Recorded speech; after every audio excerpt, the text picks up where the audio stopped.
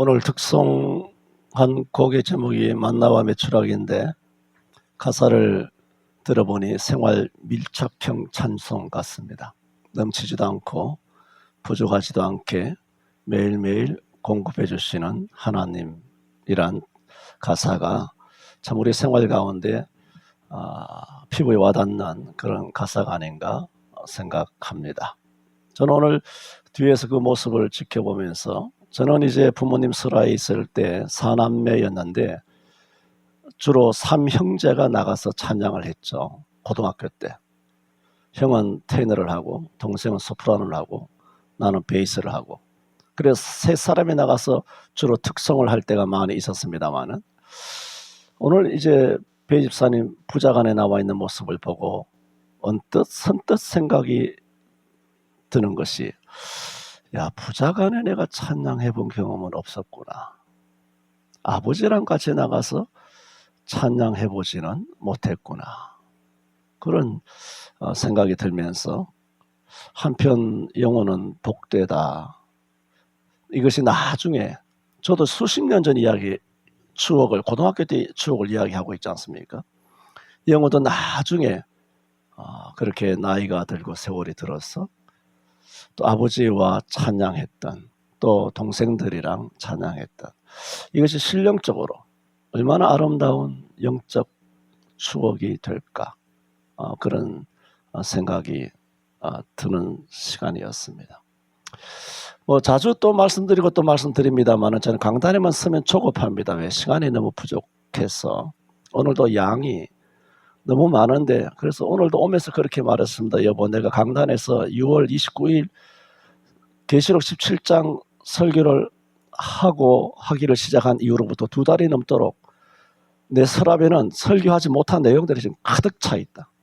왜? 하다가 말고만 내용들이 가득 차 있는데 지난주에도 다 못했지만 오늘 어떻게 중간에 이렇게 또 압축하고 이렇게 제거하고 삭제하고 빨리빨리 넘어가서 마지막까지 할 수 있기를 바라면서 오늘 또 다니엘 9장 24절에서 27절 여러분 그 본문을 참고하시면서 말씀을 하나님의 뜻대로란 제목으로 소제목은 7년 대환란에 대하여 말씀을 드리고자 합니다. 지난주일에는 7년 대환란은 어디서 나왔는가? 27절에 한 일회에서 나왔다. 그런 말씀을 드렸습니다. 그리고 7년 대환란이 1년이냐? 거기에 대한 것을 알려면 25절을 알아야 한다. 그래서 지난주일에 그러므로 너는 깨달아 알지니라. 그러므로 71회로 정해졌다라는 24절에 정해졌다는 것은 시작이 있다는 것이고 시작이 있다는 것은 끝이 있다는 것인데 그러면 71회가 끝이 언제냐? 종말이. 그걸 알려면 시작을 알아야 된다. 시작을 알려면 너는 깨달아 알지니라. 25절에. 가브리엘이 다니엘에게 말한 것처럼 깨달아 알지니라 하는 것을 깨달아야 된다. 그리고 깨달아 알지니라 했다는 하고 뒤에 이어지는 말은 뭡니까? 힌트를 지금 말하고 있다. 그 얘기로 지난번에 말씀을 드렸지 않습니까? 그리고 지난번에 이제 장모님 병원에 계시는 동안에 제가 11시 예배 하기도 전에 장로님한테 메일을 보냈습니다. 뭘 보냈냐면은 지난주에 할 설교 내용을 다 보내드렸어요. 왜? 혹시나 워낙 이걸 잘 다루시기 때문에 주일날 병원에 계시면서 예배를 못할 때 설교 내용이라도 한번 11시 예배 전에 혹시나 발견하게 되면 그걸 읽어보시라고. 그래서 먼저 그걸 보내드렸어요. 딱 보내드리고 이제 예배를 하고 내가 설교를 하니 지난주일 설교도 너무 많이 못한 거예요. 못한 부분이 너무 많아요. 오늘 하겠지만. 그런데 이미 설교 본문이 다 가버린 거예요. 그래서 그걸 내가 삭제를 했어요. 읽기 전에 삭제를 하면 삭제가 안 되나요? 분명히 장로님 읽기 그게 없었는데 내가 삭제를 했는데 어제 밴드에 올라온 거 보니까 오늘 설교할 내용이 다 올라와 있더라고요. 그래서 지난주일도 안 보내고 그전 주일도 안 보내고 일단 밴드에는 오늘 설교할 내용들이 지난주 밴드에 장로님 올려주셨는데 오늘 그 이외에도 해야 할 말씀들이 많이 있는데 하여튼 시간 내로 빨리 할 수 있기를 바라면서 내가 지금 말을 조금씩 빨리 하고 있습니다. 이해하시기를 바라면서 여러분 집중해서 잘 들었으면 좋겠습니다. 그래서 25절에 그러므로 너는 깨달아 알지니라. 그래 깨달아 알 수 있으니까 깨달아 알지니라 한 거 아닙니까? 그러면서 이제 설명을 해줍니다. 71회로 정해졌는 71회 시작이 어디냐? 시작이 뭡니까? 예루살렘을 중건하라는 영이 날 때부터 이게 시작이라니. 이게 71의 시작이에요. 그럼 예루살렘이 중건하라는 영이 날 때부터는 언제인가? 역사적으로 말은 성경을 반드시 이야기합니다. 예루살렘을 중건하라는 명령은 모두 4차례가 있었습니다. 첫째는 좀 어렵습니다만 BC 539년 고레스 아시죠? 페르시아의 초대 왕 고레스 왕. 두 번째는 BC 520년 고레스로부터 19년 뒤에 다리오 왕에 의해서 제2차 예루살렘을 중건하라 하는 그 영이 나옵니다. 세 번째는 BC 457년 그로부터 약 63년이 지난 다음 아닥사스다 왕에 의해서 그리고 또 한 12년이 지난 다음 똑같은 왕 아닥사스다에 의해서 BC 445년도에 이렇게 고레스, 다리오, 아닥사스다 이렇게 4차례 예루살렘을 재건하라는 영이 에스라, 느헤미야서에 예레미야서에 나오고 있습니다. 그러면 이 연도 중에 어느 연도가 오늘 25절에서 말하는 예루살렘을 중건하라는 영이 날 때부터인가? 이 4개나 있는데 어느 건가? 그걸 알아야 되는데 대부분의 신학자들은 세 번째 BC 457년 아닥사스다 왕, 이것은 에스라 7장 7절에 나옵니다. 아닥사스다 왕 7년에 에스라에게 예루살렘을 중건하라는 왕명을 내리고 에스라를 유대 땅으로 돌려보냅니다. 에스라서에 나오는 것이죠. 에스라 7장에 나오는데 그때 조서를 내린 것이 몇 년이냐? 예수님 오시기 전 BC 457년입니다. 이것을 BC 457년을 뭐냐? 25절에 예루살렘을 중건하라는 영이 날 때 24절에 71회의 시작점 아닥사스다 BC 457년 이때를 시작점으로 본다는 겁니다. 그럼 목사님 마음대로 하는 거 아닙니까? 이 4가지 중에 마음대로 뭐 이렇게 사지선다도 아니고 넷 중에 하나 찍는 거 아닙니까?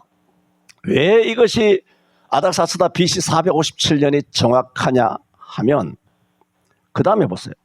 이렇게 중건하라는 영이 날 때부터 기름 부음을 받은 자, 예수님이 이 땅에 오시는 거잖아요. 기름 부음을 받은 자, 만왕의 왕이 일어나기까지잖아요.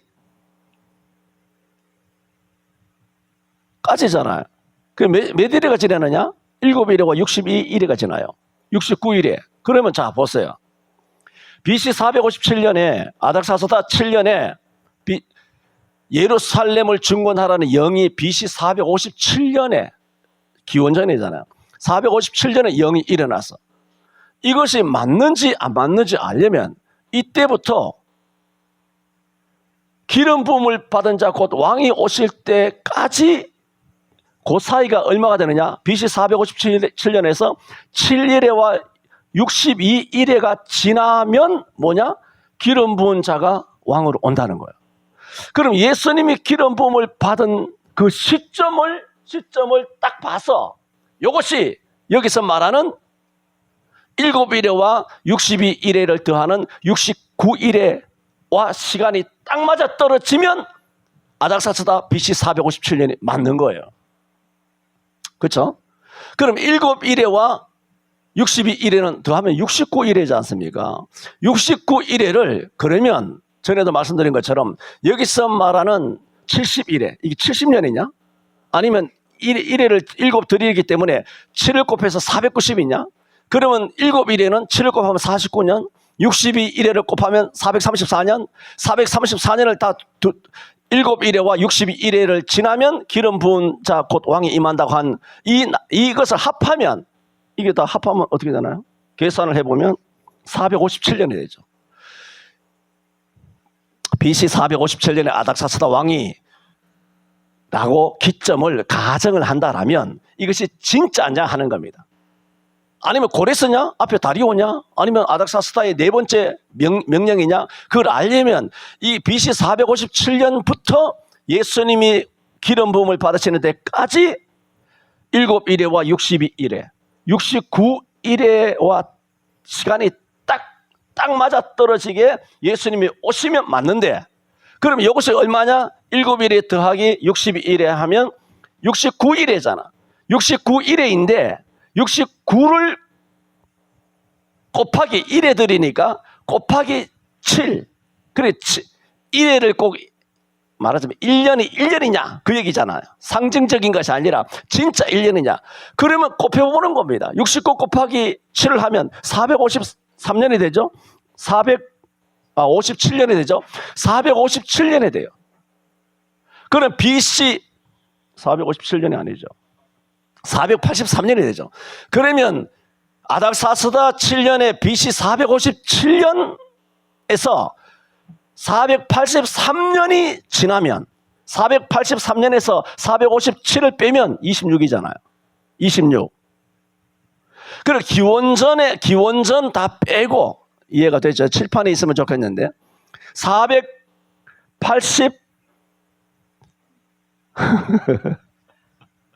483년이죠. 483년을 빼면 483년인데 69일에가 457을 빼면 서기가 시작되잖아요. 기원후가 시작되잖아요. 기원후가 몇 년이냐면 26년이 되는 거예요. 그런데 역사적으로 여러분 기원전에서 기원후로 딱 넘어갈 때는 457년을 뺀 다음 그 다음에 넘어갈 때는 0이 없어요. 0이 없이 바로 뭐가 들어가냐면 1세기부터 바로 들어가잖아요. 역사는 0이 없지 않습니까? 1세기로 바로 들어가기 때문에 남은 세월이 26년인데 실상은 기원에서 AD로 넘어갈 때는 0이 없고 그걸 1이기 때문에 1을 더하게 해야 돼요. 그러면 기원후 27년이 되어야 되는데 기원후 27년에 예수님이 기름 부음을 받아야 되는 거예요. 그러면 BC 457년이 맞고 그리고 7일에와 69일에를 지나서 그 다음에 AD 27년에 예수님께서 기름 부음을 받은 날짜가 딱 맞으면 그게 뭐냐? 490년은 1년씩이라는 얘기예요. 77, 49. 그것이 다 1년씩 계산된다는 거죠. 상징적이거나 비유가 아니고 거기서 말하는 일회들이라는 것은 7년이라는 거죠. 진짜 7년. 진짜 1년. 그러면 예수님께서 기름 부음 받으시기 언제냐? AD 27년에 맞거든요. 그것을 누가복음에 AD 27년은 대단히 중요한데 예수님께서 요단강에서 세례를 받으시고 물에서 올라오실 때에 성령이 비둘기같이 임하지 않습니까? 그때 예수님께서 기름 부음을 받으신 그 역사가 AD 27년이에요. 그러면 예수님은 공생애할 때 30살 아닙니까? 이런 걸 내가 이야기를 안 하고 싶었어. 왜냐하면 로마 시대 때 1000년 로마 제국이 시작되면서 거기 4년에서 9년의 오차가 있어요. 역사가 누락된 역사가. 거기에 대한 이론이 여러 가지가 있어. 그러나 대부분은 무엇으로 동의하냐 하면은 수천 년 전이니까 우리가 모르잖아요. 그래서 학술적으로 봤을 때 잃어버린 세월 로마 1000년 동안 계산하다 보니까 뭐 엉망진 어느 황제 아래에서 여러 가지 계산이 번복이 돼가지고 그래서 4년이 누락됐기 때문에 실제는 AD 27년이 뭐냐? 예수님께서 나이 30살 공생에 딱 30살 되는 때인데 역사적으로 보면 일단은 누락은 됐지만 일단 역사적으로 보면 AD 27년이에요. 오류로 나타난 역사적으로 AD 27년이에요. 그래서 AD 27년에 예수님께서는 세례요한에게 세례를 받으시고 기름 부음을 받으시며 일약 왕으로 그걸 뭐라 그럽니까? 공생애의 시작입니다. 마태복음 3장에도 마태복음은 예수님께서 만왕의 왕으로 등장하는 사자복음, 왕의 복음이지 않습니까? 그래서 누가복음 14장 16절 이하에 보면은 그 해라는 단어는 안 나와요. 그 해라는 단어는 안 나오지만 누가복음 4장을 보면 쭉 읽어보면 세례요한에게 세례를 받은 그 해야. 그래서 예수님께서 그 해에 부음을 받으시지 않습니까? 받으신 다음에 예수님께서 마태복음 4장이나 누가복음 4장도 마찬가지입니다만은 공생애를 바로 시작하는데 어디부터 시작하십니까? 스불론과 납달리 지역인 갈릴리 지역에 올라가서 가장 먼저 복음 사역을 공생애를 시작하게 됩니다. 그 갈릴리 사역을 시작하면서 누가복음 4장에 보면은 안식일 날 회당에 들어가셔서 이사야가 기록한 성경책을 달라 해서 갖고 오신 다음에 그것을 펴서 주님께서 이렇게 읽습니다. 이렇게 말합니다. 주의 성령이 내게 임하셨으니, 성경에 유일하게 주님께서 하시는 말입니다. 그 뭡니까?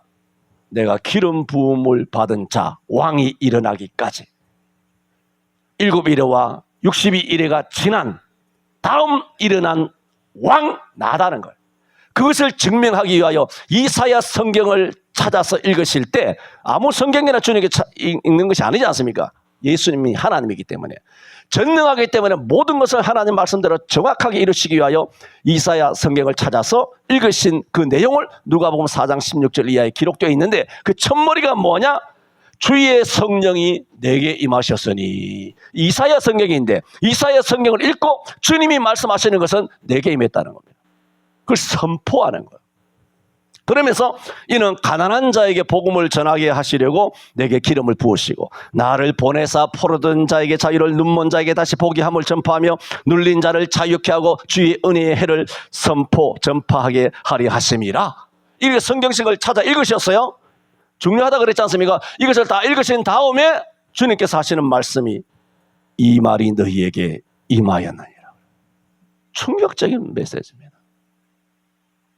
그럼 BC 457년 아닥사스다 7년 때 주의 전을, 성전, 무너진 성전을 건축하라는 영이 날 때부터, 그때부터가 뭐냐? 그때가 70일의 시작이라는 것을 누가복음 4장을 통하여 주님께서는 선포하는 거예요. 이 말이 너에게 임하였다. 그래서 이사야 말씀도 임하였다. 내가 기름 부은 왕이다. 왕으로서의 선포로 임하였다. 왕이 이 땅에 오신다는 메시아의 말하자면 내림이죠. 그것이 임했다. 예수가 왔다. 그 임했다는 것이기도 하지만 동시에 다니엘 예언서를 보면 9장 25절에 주의 성전을 지으라는 영이 날 때부터라고 하는 70일의 시작점을 주님께서는 확인해 주시는 거예요. 이 다니엘 9장 25절도 임하는 거예요. 그 순간에 말씀이, 예수님께서 말씀하실 때 임했다는 말씀은 주님이 왕으로만 오셨다는 것이 아니라 성경 전체가 임하는 거지 않습니까? 이 십자가상에서 다 이루었다. 성경 전체가 다 이루어지는 겁니다. 주님이 하시는 모든 액션과 한 걸음 한 걸음 발자취는 하나님 말씀이 천지 우주 만물 간에, 영적인 모든 세계관에 말씀이 다 퍼즐처럼 정확하게 수천억 가지의 퍼즐이 맞아서 그 순간에 마지막 딱 이루어지는 거예요. 그것을 누가복음 4장의 이사야 성경을 찾아서 읽으시면서 이 말씀이 너에게 임하였다 하시는 주님의 선포가 하나님의 온 우주의 거대한 하나님의 약속이 찰크닥하고 자물쇠와 열쇠로 탁 체결, 언약이 완벽하게 체결돼서 그때부터 맞물려서 저와 여러분의 구속과 죄사함과 구원과 지옥까지 안해하고 영생받고 천국받고 하나님의 자녀가 되는 그 언약이 착 맞물려서 지금까지 착착착착착 돌아가고 있는 줄로 믿습니다. 그러므로 저와 여러분의 구원은 내 믿음 아닙니다. 교회 아닙니다. 전능하신 하나님의 손에 있는 줄로 믿습니다. 하나님의 손에 완벽한, 그리고 강력한 언약으로 있는 겁니다. 이렇게 7년 대환란은 어디서 나왔느냐? 지난주에 27절에 거기서 나왔다. 말씀드렸으니까 또 다시 재론할 수 없죠. 바쁘니까. 그 다음에 70일에는 도대체 몇 년을 말하느냐? 490년입니다. 딱 답이 나오잖아요. 이제 71회들 70 곱하기 7, 490년이 딱 나오는 거죠. 그래서 어디서부터다? 주의 예루살렘을 중건하라는 영이 날 때부터라는 시점을 우리가 정확하게 우리가 성경을 통하여 봄으로써 BC 457년 아닥사스다 왕에 의한 영이, 이것이 진짜 찐 영이고 그 영을 다니엘서 9장 25절에는 그것을 의미하는 그런 시점이었구나 하는 것을 돌아봄으로써 71회의 시점과 71회의 마지막 점을 알게 되는 겁니다. 그런 의미에서 AD 27년은 매우 중대한 해다. 그래서 71회의 연대는 얼마나 되는 연대인가? 490년이다. 그런 말씀을 드렸습니다.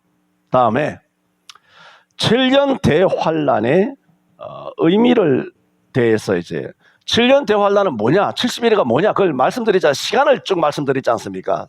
그치 몇 년이냐? 그걸 거기에 포커스를 맞춰서 말씀드린 것이고 이제는 7년 대환란의 의미에 대해서 긴데 이것은 압축해서 넘어갈까 합니다만은 7년 대환란의 지금까지 용어의 의미에 대해서 7년 대환란은 문자적으로 7년이라는 사실을 말씀드린 것을 기억하면서 7년 대환란의 의미에 대해서 말씀을 드리는데 7년 대환란 의미에 대해서 말씀을 드릴 때 그러면 7년 대환란 그랬으니까 7년 동안 다 환란이 있느냐?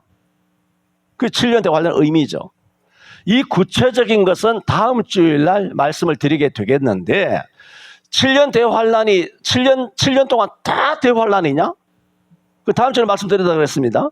그런데 오늘 본문 27절에 보면은 7년 대환란이라고는 말했지만 한 일회니까 7년 대환란이잖아요. 27절에 그가 장차 많은 사람으로 더불어 한 일회 동안 그랬으니까 한 일회는 7년이라고 말씀드리지 않습니까? 한 일회는 분명히 7년 대환란인데 왜? 27절 하반절에 환란된 내용이 나오고 있다. 지난번에 말씀드렸습니다. 넘어갑니다. 그런데 한 일회 동안이라고 말했는데 그가 그 일회의 절반이란 말씀도 있단 말입니다. 그 3년 6개월이잖아요.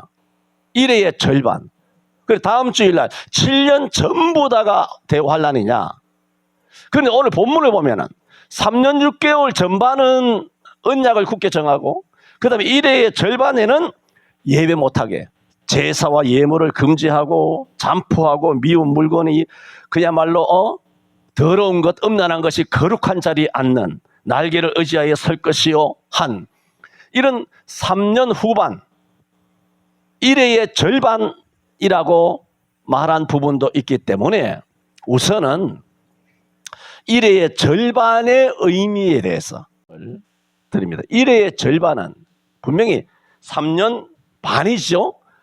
그런데 이 27절에 일회의 절반이라는 표현은 다니엘서만 나오는 것이 아니라 성경 도처에 나오는데 오늘 9장입니다만은 다니엘 앞에 7장 25절에도 보면은 이단인 음력 가톨릭의 잔악함을 말씀하실 때 7장 25절에 그가 장차 말로 지극히 높으신 자를 대적하며 또 지극히 높으신 자의 성도를 괴롭게 할 것이며 그가 또 때와 법을 변개케 할 것이며 지난번에 이것은 다니엘 7장 이 부분은 계시록 13장 음녀에 대해서 말씀을 드릴 때 다니엘 7장과 연관해서 말씀을 드린 바가 있습니다. 그 가톨릭이 뭐한다? 때와 법을 변개코자 한다. 그 바티칸 음녀에 대해서 말씀을 드렸습니다. 그리고 그 뒷부분은 그날 내가 말씀을 안 드렸는데 성도는 바티칸의 손에 붙임 바 되어 뭐라고? 한 때와 두 때와 반 때를 지내리라. 오늘 9장 27절에 일회의 절반 이것이 다니엘 7장 앞에 이미 한 때와 두 때와 반 때, 한 때, 두 때, 그러면 반 때니까 세 때 반이잖아요. 3년 6개월이잖아요. 그러므로 초기에 71회들 했을 때 이것이 490년이냐? 아니면 상징적이냐? 이것을 정확하게 AD 27년 기점으로 BC 457년 아닥사스다 7년 이후로 정확하게 하는 것이 중요한 것은 이 1회의 절반이나 3년 6개월 다니엘 7장에서 한 때와 두 때와 반 이것도 3년 6개월인데 이것이 진짜 3년 6개월이냐 아니면 36년이냐 360년이냐 3600년이냐 이것을 정확하게 하는데도 대단히 중요하기 때문에 이미 그것은 다 해결이 된 것이고 어쨌든 간에 1회의 절반은 3년 6개월인데 이것은 다니엘 9장만 아니라 다니엘 7장에서도 이미 한 때와 두 때 또 반 때 가톨릭에 의해서 우리가 짓밟혀 놓이게 될 것이다 한 것이죠. 지난 1000년 동안 우리가 놓여 있었지 않습니까? 그리고 계시록 13장 5절 13장은 음녀에 대한 것이라 말씀드렸지 않습니까? 계시록 또 짐승이 큰 말과 참남된 말 하는 입을 받고 뭐라고 말했냐? 또 42달 일할 권세를 짐승이 얻었다 그래요. 42달이 뭡니까? 3년 6개월이죠. 42달을 12로 나눠보세요. 12로 나누면 3년 6개월이 딱 나오죠. 거기서는 계시록 13장에서는 3년 6개월을 그러니까 일의 절반을 한때와 두때와 반때를 42달로 표현한 것입니다. 계시록 11장 2, 3절에도 성도들이 이제 음료 바티칸은 한때 두때 반때 일의 절반 3년 6개월 동안 우리를 압박한다 그랬지 않습니까? 성도는 반대로 뭡니까? 그 3년 6개월 동안 박해를 받잖아요. 거꾸로 말하면 그 계시록 12장에 나와 있죠. 성전 밖 마당은 청량하지 말고 그냥 두라. 이것을 이방인에게 주었은즉 저희가 거룩한 성도를 42달 동안 짓밟으리라. 그 말이 그 말이죠. 다. 성경에는 1~2번 나오는 게 아닙니다. 이 말씀들은 적그리스도인 음녀가 하나님의 교회를 박해할 기간을 3년 6개월이다. 그렇게 말씀하고 있습니다. 계시록 12장 6절에 그러므로 하나님께서 이와 같이 음녀에게 엄청난 박해를 받고 있는 하나님의 교회를 어떻게 보호하셔야 됩니까? 3년 6개월 동안 보호하셔야 되잖아요. 그래서 이 아이를 낳은 이 여자가 그 뱀이 용이 와서 큰 물을 쏟아가지고 물로 떠내려가고 했을 때 그가 날개를 입어가지고 광야에 가서 하나님의 보호하심을 받는데 계시록 12장 6절에 1260일 동안 저를 양육하기 위하여 하나님의 예비하신 곳이 있더라. 그러니까 보세요. 1회의 절반은 3년 6개월인데 한때 두때 반은 뭡니까? 이것은 달수로 이야기한 거예요. 한때 두때 반은 아니 연수죠, 그죠? 연수죠, 그죠? 1260일은 뭡니까? 일수로 말한 것이죠. 일수로. 그러므로 1회의 절반이나 한때 두때 반때나 아니면 뭐 3년 6개월이나 아니면 1260일이나 이것은 표현이 다 다를 뿐이지 그것이 다 뭐냐? 오늘 계시록 다니엘 9장 27절에 있는 1회의 절반을 말하고 있다. 1회의 절반에 우리는 음녀의 박해에 놓여져 있고 그러나 하나님께서는 우리에게 신령한 날개를 주셔가지고 광야예요.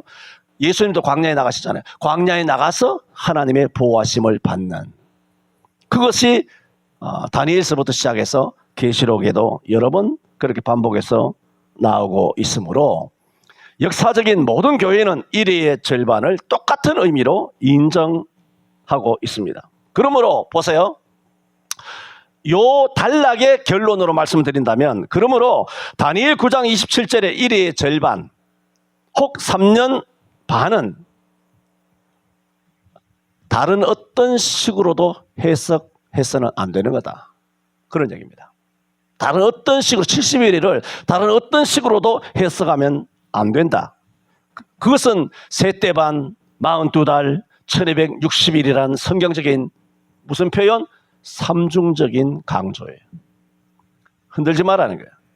42달이 다르고 1260일이 다르고 뭐 1회의 반이 다르고 뭐 한때 두때 반이 다르고 그렇게 뭐 거기다 뭐 영성이다 영감이다 뭐 기도해 보니까 뭐 신령한 은혜를 보여주셨다 뭐 이렇게 해가지고 멋대로 해석해서는 안 되고 성경 도처에 여러 가지로 말하지만 똑같은 날짜를 말씀하고 있는 것은 뭡니까? 성경 해석이 아니에요. 성경이 확증하고 있는 성경이 지금 성경 해석을 이야기하는 거 아닙니다. 성경이 말씀하고 있는 거예요. 하나님께서 말씀하는 거죠. 성경 해석하는 게 아니에요. 하나님이 말씀하시는 거예요. 그걸 삼중적으로 강조하고 있다는 말씀을 통해서 오늘 다니엘 9장 27절에 한 1회 동안 언약을 굳게 정하는데 나중에 1회의 절반에는 참포한 물건이 선다 그랬잖아요. 그러므로 1회의 절반은 강포한 물건이 선다고 했다라면 나머지 1회의 절반 남았잖아. 그러므로 나머지 1회의 절반은 뭡니까? 악한 왕이 하나님의 교회와 함께 그 언약을 정한다는 거죠. 그것은 전 3년 반이라 그러죠. 전 3년 반, 후 3년 반 말하는데 후 3년 그래서 7년 대환란이 7년 동안 다 환란이냐? 이야기했을 때 다음 주일날 구체적으로 말씀을 드린다고 말씀드렸습니다만 7년 대환란은 7년 동안에 다 그 기간 동안은 환란이 아니라 전반에는 뭡니까? 그가 악한 왕이 이것을 악한 왕이라 말하는 사람도 있고 하나님이 그렇게 해석이 수십 가지 제가 자주 말씀을, 첫째는 지식이 없어서는 안 돼요. 첫째는. 그 다음에 말씀드렸지 않습니까? 이 땅에 수많은 광석이 있는데 이것이 진짜 금이냐 분별할 수 있는 전문가적인 시각이 있어야 돼요. 여러분 뭐 인터넷이나 아무데나 TV 봐 그냥. 이런 이론들이 뭐 구글이든 뭐든 하는 수백과 수천 가지가 나오죠. 지가 다 금이라고. 지가 다 금이라고. 이단도 들어오지, 신천지 들어오지, 여호와의 증인이 쓴 글도 있지, 뭐 온갖 것들이 있는데 그 수천만 가지가 있는데 그 중에서 이것이 진짜라고 금을 발견해야 되는데 그걸 보고 그렇게 넘어간단 말이에요. 그러므로 이것은 전에도 말씀드린 것처럼 그냥 목사적인 수준에서는 이것을 할 수는 없고 2000년 세계사회에서 수많은 신학의 석학들의 그런 어떤 결정체의 그런 신학적 지식을 토대로 그것을 이 성경을 해석하는 첫 번째 지식에 엄청난 심오한 도움을 입어야 된다. 두 번째는 그것을 발견할 수 있는 성령의 감동이 있어요. 조명이 있어요. 그렇지 않으면 헷가닥 다 넘어갑니다. 종말론에 아시잖아요. 전부 다 계시록 가지고 다 2단 3단 해먹고 돈 벌어먹고 있는 거 아닙니까? 다 넘어가는 거죠. 헷갈려가지고 처음 보면 그 같은 거다. 여러분 읽어봐. 들어가서 뭐 어디든지 들어가봐. 다음을 들어가든 또 네이버를 들어가든 구글을 들어가든 들어가서 봐. 다 글을 써야지. 다 성경 구절 갖다 대고 다 이야기하지. 다 맞을 것 같지. 그 어떻게 금인지 똥인지 2단인지 3단인지 그 중에서 2단은 다른 글자 99가지 맞지만 마지막 끝이 다른 것을 2단이라고 그러잖아요. 딱 하나 그것이 틀리는지 그걸 알 게 뭐야? 알 수가 없어요. 불가능해 애초에. 그러므로 성령의 강력한 조명이 없이는 이걸 다루지 않는다 그러잖아. 칼빈도 안 다룬다 그러잖아.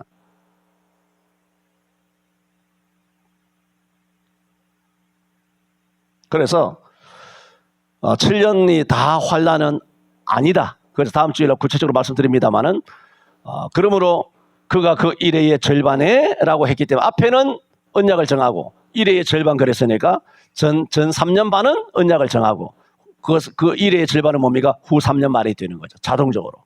문맥상. 후 3년 만에 뭐가 온다? 엄청난 환난이 온다는 것입니다. 그게 언제냐 하는 겁니다.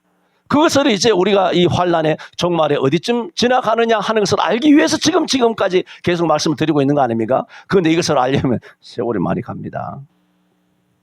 간단하게 되는 말씀이 아닙니다. 이렇게 여기까지 말씀을 드렸습니다. 7년 대환난, 용어의 출처, 용어의 의미, 그 중에 1회의 절반, 이것을 말씀을 드렸단 말입니다. 그러면서 이쯤에서 지금 현재 대한민국과 지구상에서 일어나고 있는 일들에 대해서 지금 뭐 어마어마하잖아요. 그 이야기하려면 어마어마합니다.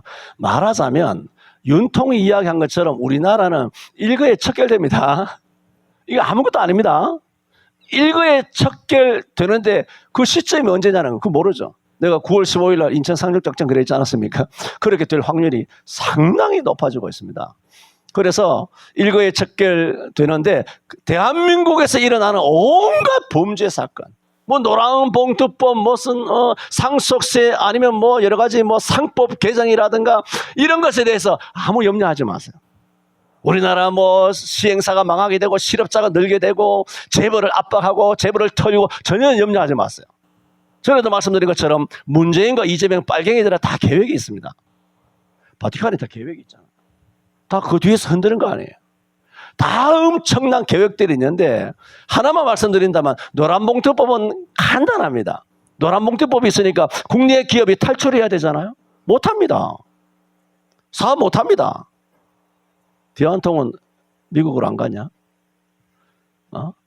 뭐 CJ이고 뭐고 삼성이고 뭐 다 탈출해야 됩니다. 노란봉투법은. 해외에서도 다 탈출, 해외 기업도 미국의 모든 기업들도 다 탈출해야 됩니다.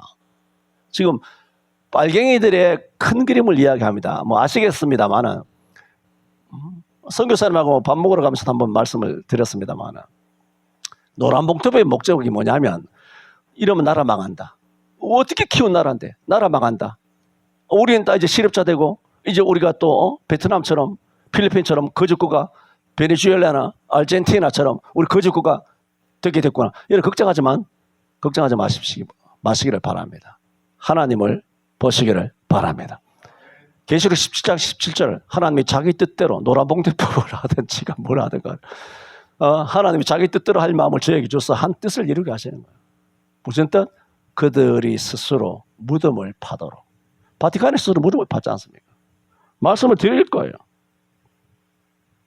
말씀을 계속 드립니다. 4월 15일 날, 지난 4월 15일 날 예수의 나치 친위대 소속인 프란치스코 교황은 사탄 의식을 행하던 중, 걔네들이 예배가 사탄이잖아요. 여기 성당들 다 사탄 의식이에요. 사탄을 숭배하는 것인데 사탄 의식을 행하던 중 총격을 당했습니다. 거기 같이 있던 관련 추기경들과 사탄 숭배하는 다른 신부들도 함께 일거에 다 체포되었습니다. 말씀드렸잖아요. 트럼프가 교황 모자 쓰는 이런 퍼포먼스를 통해서 교황은 이제 내 발바닥 밑에 있다. 자기가 지배하고 통치하고 지배하고 있다. 완전 땅바닥에 깔려 있다. 그 사인을 주는 거지 않습니까? 딥스의 최고의 배우는 음력 가톨릭인데 이 음력 가톨릭의 최고로 뒤집는 힘이 뭐냐면 FRB라고요. 미국의 달러를 찍어내는 이 FRB잖아. 이번에 트럼프가 FRB 수장 누구지? 이름이 갑자기 생각나. 다들 이렇게 모르시나. FRB 수장을 트럼프가 만나러 갔지 않습니까? 만나러 가서 한마디 했지 않습니까? 트럼프의 그런 행동들은 같이 어깨를 치고 같이 걸어가는 그런 모든 행동들, 교황을 만나고 이게 모자를 뒤집어 쓰는 행동들은 그게 아니라 끝났다는 사인이에요. 그게. 그 행동이 끝났다는 사인이에요. 그거 뭐냐? 미국의 중앙은행이라고 하는 민간은행이죠. 딥스, 록펠러와 로스차일드가 최고의 주주로 있는 미국의 FRB라고 하는 이 미국의 중앙은행은 트럼프의 발밑에 이미 이게 한 보름 전인가 한 달 전인가 이미 이 작업 당할 거 아닙니까? 그리고 지난주에는 워싱턴 DC 가서 다 작살내고 계엄령 다 발의해가지고 다 조져낸 거 아닙니까?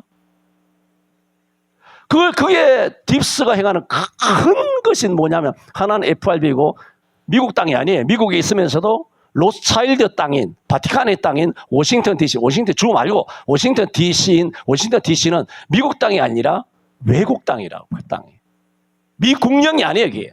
그것을 뭐라고 7월 4일 날 독립선언을 했다 그랬잖아요. 내가 전에 다 독립선언을 한 거예요. 달러도 기축통화도 다 뺏어오고 식민국가에서 뺏어온 거예요. 달러도. 그다음 미국 그 워싱턴 DC 모든 정치계의 모든 늪도 물을 다 빼가지고 그 속에 있는 모든 더러운 새끼들을 다 작업해서 다 척살 다 시킨 거예요. 구체적인 거 말할 거예요. 오늘 시간 없어요. 몇 가지만 응용해서 말씀드릴 겁니다. 그 두 가지는 이미 허리가 동강나고 뭐 바티칸 끝났죠. FRB 끝났죠. 워싱턴 DC 작살 났지. 끝난 거예요. 시카고고 시애틀이고 뭐 LA고 간에 뭐 보스턴이고 다 끝나는 거예요. 다 끝나는 거예요. 그래서 미국이 트럼프가 말했지 않습니까? 제2기 들어와서 자유와 민주와 인권과 평화는 조약으로 해결되는 것이 아니라 힘으로 한다 그랬어. 힘. 전부 다 군사로 움직입니다. 대한민국은 뭐 청와대고 뭐 나발이고 아주 중국 새끼들 들어와가지고 경찰들 이런 화짱족 개새끼들 이런 것들이 들어와서 대한민국 법원을 먹고 언론을 먹고 뭐 KBS, MBC, Y, 뭐 JTBC 다 처먹은 것 같아도 군대는 일거에 척결합니다. 일거에 척결하는데 그 시나리오가 크게 넘어가고 그 시나리오가 있는데 일거에 한순간에 척결됩니다. 척결되면 일순간에 대한민국의 군대와 미국의 팔권이 움직여가지고 대한민국에 있는 언론, 검찰, 법원, 국회, 기자들 뭐 모든 빨갱이들을 일거에 다 체포해서 갑니다. 이 대한민국에 일어날 일들 그러면 일어날 일들을 증거하는 지금 대한민국 이외에 일어나는 미국 땅과 전 세계에 일어나는 일들을 오늘 지금 말씀드리겠다. 100분의 1 말씀드립니다. 100분의 1. 현재 지구상에 일어나고 있는 일들에 대해 말씀드립니다. 여러 번 말씀드린 것처럼 트럼프와 푸틴은 화이트 햇이라고 그랬어요. 게임에 있어서 연합군입니다. 푸틴은 전 세계 우리 인류를 위해서 대한민국을 위해서 딥스테이트 마귀와 음녀와 바티칸과 싸워왔습니다. 곧 세계 정전이 일어납니다. 계엄령이 일어납니다. 보세요. 미국은 계엄령 어마어마하게 많이 하고 있지 않습니까? 그런데 왜 국내 언론은 트럼프가 내란을 일으켰다, 왜 뉴스를 보내지 않죠? 계엄령이 내란이라면서 윤석열 저렇게 처박아 놓고, 계엄령 이퀄 내란의 공식이라면 트럼프가 지금 내란한 거 아니에요? 그 국내 언론들은 왜 입국 닫고 아가리 쳐닫고 왜 그렇게 있는 거예요? 트럼프가 내란이라며.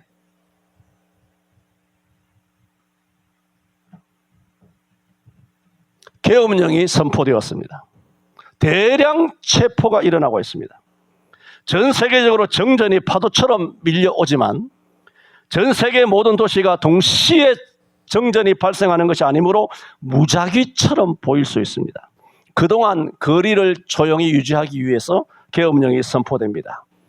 고위 관료들의 사임, 메르켈 나가고 트리도 나가고 이런 거 있지 않습니까? 질병, 병 걸려서 지금 병원에 가 있다, 항공편이 지연됐다, 취소된 기자회견 등등의 소식으로 들려지지만 실상은 대규모 체포가 이루어졌기 때문입니다. 7월 12일 트럼프는 일찍이 말했습니다. 한 1년, 2년 전에 집 청소가 끝나면 딥스테이트는 영원한 안녕이라고 말합니다. 그런데 집 청소가 언제 시작되느냐? 7월 12일 날 시작됩니다. 국무부에서는, 미국의 트럼프의 국무부에서는 딥스에 추정한, 말하자면 문재인 쪽에 공무원들 많잖아요. 이재명 쪽에 판사에 줄대는 이런 우리법 연구의 개 같은 새끼들이 많잖아요. 이재명 쪽에 줄을 대는 기업인들, 언론, 방송 수두룩 하잖아요. 그런 것들을 미 국무부가 7월 12일 날 1,300명 직원을 대량 해고하고 7월 20일은 미국 국무부 속에 있는 빨갱이를 속아내서 군사 공격입니다. 딥스테이트 2,967명을 숙청했습니다. FBI, 캐시 파텔 말고 FBI 부국장 댄 봉기노의 말입니다. 오늘 아침 마침내 딥스테이트의 워싱턴 장악이 무너졌습니다. 도널드 J. 트럼프 대통령은 워싱턴 DC 경찰에 대한 완벽한 통제권을 장악하고 주 방위군을 활성화했으며 딥스 엘리트 지하 사령부, 그 지하가 많거든요. 지하 사령부에 대하여 정밀 군사 작전을 개시했다. 오바마 정부와 연계된 요원들, 딥스 요원들이 체포되었고 인신매매 조직이 적발되었다. 기트모, 관타모죠. 기트모 재판은 이미 진행 중이다. 기트모, 레인블록, 사이엔 마운틴, 미국의 아주 비밀 군사 요새입니다. 군사 재판이 한창이다. 딥스 CIA 요원, IT 기업 CEO, 민주당 전당대회 계약직 직원들, 그리고 언론계 외국 요원들, 그 법무부 재판이 이루어지는 땅에는 법무부도 없고 변호사도 없고 민간 법원도 없고 오직 진정한 정의만 있다. 2025년 1월 이후로, 이거는 사실을 이야기합니다. 여러분 다 검색해 한번 조사해봐. 이게 우리 밴드에 올라가잖아요. 하나하나 따져가지고 다 검색해보라고. 한번 찾아봐. 나오나 안 나오나. 2025년 1월 이후로 관타나모만이죠. 관타나모만으로의 비밀 비행이 3배로 증가했습니다. 수많은 사람을 체포하는 거죠. 사형시키기 위해. 북극과 태평양 인근의 전체 단지가 재판 법정으로 전환되었고 고위 카발 멤버들 간 통화하는 내용을 가로챈 그 내용에 보면 그들은 모든 것을 잃어버렸다. 우리는 봉인된 운명이다. 이제 죽을 자리 봐놨구나. 그런 한탄하는 그런 그들의 통화 내용을 화이트헤이스에서 가로챈 사실을 전환해 주고 있습니다. 군사 기록에는 이미 종신형, 자산 몰수, 최고 경우에는 사형 선고가 기록되어 있습니다. 8월 18일, 며칠 전이죠. 08시 4분에 기트모에 봉인된 기소장이 활성 상태로 전환되었다. 기소장 20만 장인데 활성 상태는 뭡니까? 그전에는 봉해시켜놨다가 그냥 묻어두었단 말입니다. 이제는 이거 하나씩 까가지고 전부 다 체포해가지고 주포해가지고 다 기틈으로 날린다는 거죠. 사형시킨다는 거죠. 20만 건 이상의 사건이 군사 기밀 뒤에 숨겨져 있다가 이제 집행 단계에 들어선 것이다. 그 재판은 감추어져 있다. 세상은 이 재판을 보지 못했다. 이 사실들은 회의죠. 포럼 모임에서 속삭이는 소문이 아니다. 이것들은 화이트의 트럼프의 주권 권한 아래 잠겨 있고 봉인된 군사 기록입니다. 이런 미국에서 일어나는 대량 체포, 실시간 일어나고 있는 대량 체포에 대해서 말씀을 드림으로써 이제 대한민국도 머지않았다. 할렐루야. 곧 일어납니다. 그 말씀드렸지 않습니까? 전도서 9장 19절인가? 내 헛된 평생의 모든 날, 하나님의 해 아래서 내게 주신 모든 헛된 날에 내 사랑하는 아내와 함께 즐겁게 살지어다. 이는 내 헛된 평생의 모든 날에 수고하고 얻은 분복이니라. 그렇게 말했어요. 그래서 잘 먹고 잘 사시라. 내가 한 6, 7년 전부터 말씀을 드렸지 않습니까? 이런 군사재판에 대한 대량 체포에 대한 일들이 일어난다. 그러면 우리나라도 곧 이런 체포가 일어난다. 말씀을 드렸습니다. 또 하나는 이제 경제에 관계된, 내사라 계산하죠. 경제에 관계된 것을 말씀드립니다. 지금 말씀드리는 것은 100분의 1을 말씀드리는 겁니다. 100분의 1. 경제. 여러분 앞으로 어떻게 살 것이냐.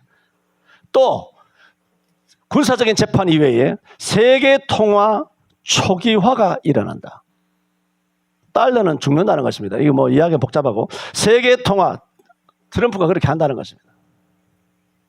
이거 하자면 말이 많은데 이를테면 넘어갑시다. 다음 절 이야기할게요. 또 세계 통화 초기를 통해서 전 세계인들이 딥스의 빚으로부터 자유를 얻게 된다.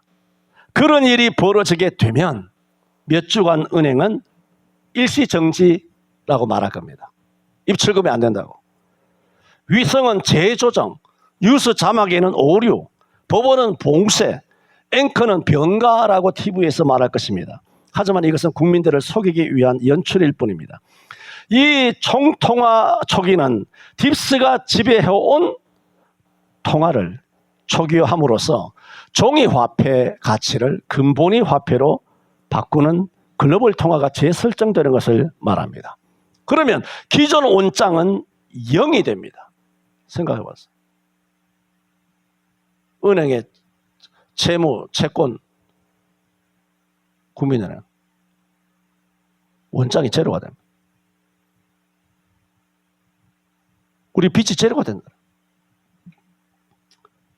믿거나 말거나 기존 원장은 0으로 전환되거나 이행됨에 따라서 카바레 부채에서 해방되게 됩니다. 이런 일이 일어나게 되면 지역 전원이 깜빡이다가 관련 없는 공급부채의 동일한 유지 보수한다는 표시가 일어나게 됩니다. 같은 TV 화면이 반복될 것이며 뉴스도 생방송 패널도 전화 연결도 없게 됩니다. 결제 앱이 로그인 시 시간 초과되었다가 새로운 약관이라는 화면이 다시 열리게 됩니다. 라디오와 TV에서 짧은 신호음이 울린 다음 화면이 조용해집니다. 그럴 때 당황할 필요가 없습니다. 모든 것은 트럼프의 통제 지휘실 아래 있습니다. 자, 이런 전 세계 통화가 리셋이 되면, 초기화가 되게 되면, 이런 사건이 다 끝나고 되면 이제 불이 들어옵니다. 화면이 바뀌면서 어떻게 되느냐? 여러분의 통장의 잔액이 달라지게 됩니다. 할렐루야.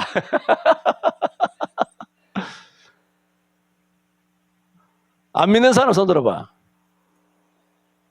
내가 지금 받아야 돼. 내가 안 믿는 사람 내가 손 드는 거 확실히 해가지고 나중에 돈 들어오면 내가 몰수하려고. 여러분의 잔액이 어제와 같지 않을 것입니다.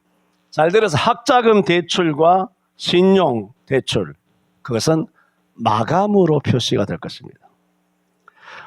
모기지 항목은 이미 이행됨, 말하자면 결산이 끝났다, 갚을 필요 없다, 조정됨으로 표시되며 연금 가치는 달러 인플레이션 대신 금지수로 변동하게 됩니다. 우리의 미래를 팔아먹은 카발, 딥스의 모든 계약은 무효가 되게 됩니다. 오늘 군사재판에 대해서, 그리고 저와 여러분의 실제적 우리의 삶에 있어서 경제가, 말하자면 돈이 어떻게 우리에게 주어질 것이냐. 앞으로는 가난한 사람 없게 됩니다. 어마어마하게 여러분이 하나님으로부터 트럼프와 이 세계를 통하여 크게 복을 받게 될 겁니다. 집 살 때 뭐 받은 거 있죠, 대출. 김현우 집사님 집 살 때 몇 억 받은 거, 그 원장이 제로가 됩니다. 월 200만 원씩 월세 낼 것도 없어, 뭐 이자 낼 것도 없어. 그런 날이 굉장히 빨리 올 것입니다. 빨리 올 것입니다. 저는 우리가 지나는 이 너무나 혼돈한 시기, 이 종말이 과연 성경에서 말하는 종말이 어디쯤을 지나가고 있을까? 그걸 알려면 뭐 알아야 된다 하는 것들이 많은 것 중에 지난주부터 다니엘 9장을 통해서 70일회를 알아야 되고, 그리고 마지막 한 일회를 알아야 되고, 예루살렘을 중건하라는 명이 날 때부터 7일회와 60일회가 지나야 된다. 그렇게 70일의 시작점을 알 때 마지막점을 알게 된다라는 말씀과 더불어서, 그러면 오늘 현재 지금 우리 주변에 일어나고 있는 일은 뭔가? 대한민국은 지금 조용하지 않습니까? 빨갱이 때문에 시끄럽고, 뭐 기업이 시끄럽고, 뭐 실업자가 양산되고, 뭐 이런 것 때문에 시끄럽긴 하지만은 실제적으로는 체포가 일어나는 건 아니지 않습니까? 앞으로는 어마어마한 일들이 벌어지게 됩니다. 경제적으로, 그 다음에 정치 군사적으로 어떤 일들이 대한민국에 벌어지는가, 그런 것을 여러분의 두 눈으로 9월 15일 짧게는, 길게는 연말까지, 내가 단어는 못하지만 연말까지 99% 이런 사실이 벌어지리라 저는 상당히 그렇게 확신하고 있습니다. 그런 일들이 벌어지거든. 백신도 다 이야기했잖아요. 백신에 대해서 아는 그 더럽고 어마어마한 무서운 것들, 내가 단톡방에 올린 거 있잖아. 그 다 근거가 있잖아. 다 CDC나 FRB나 다 근거가 있는 거잖아, 미국에서. 그 올린 것 중에 100분의 1밖에 안 올린 거예요. 100분의 1. 왜? 너무 혼돈스럽게 할까 봐. 마찬가지로 지금 대한민국에 일어나는 일도, 세계에 일어나는 일도 100분의 1, 1000분의 1 정도밖에 여러분에게 전달하지 않은 내용인데, 어쨌든 간에 큰 그림은 여러분이 이해할 것입니다. 이런 일들이 우리 대한민국 땅에 곧 일어납니다. 기도합니다. 거룩하신 하나님 아버지, 오늘 네 번째 주일을 맞았습니다. 2000년 전부터 세례요한과 주님은 회개하라 천국이 가까웠다 하시며 말세라고, 심판이 있을 것이라고 선포한 이후로 2000년이 지났습니다. 전도서에 말씀하신 것처럼 죄에 대하여 징계가 속히 실행되지 않으므로 인생들이 범죄하는데 마음이 담대하다 하였습니다. 말세를 지나는 모든 사람들이, 믿지 않는 사람은 물론 믿는 사람들조차도 방심하며 등에 기름을 준비하지 않으며 마음이 둔하여져 그렇게 좀 더 자자, 좀 더 졸자, 손을 모으고 좀 더 눕자 하면서 영적으로 타락한 상태가 계속 진행되고 있습니다. 주여, 이 마지막 때에 주께서 우리를 깨우시기를 원합니다. 또 우리가 어느 때쯤 지나가는지 주님 지혜를 주옵소서. 이 마지막 때 우리가 성경적으로 마땅히 신부된 우리가 신랑 되신 예수님을 믿음과 등의 기름으로, 기도로 깨워서 잘 준비할 수 있도록 인도하여 주옵소서. 대한민국을 긍휼히 여기시고 윤통 내외를 긍휼히 여기시고 5,100만을 주여 구원하여 주옵소서. 예수님 이름으로 기도하옵나이다. 아멘.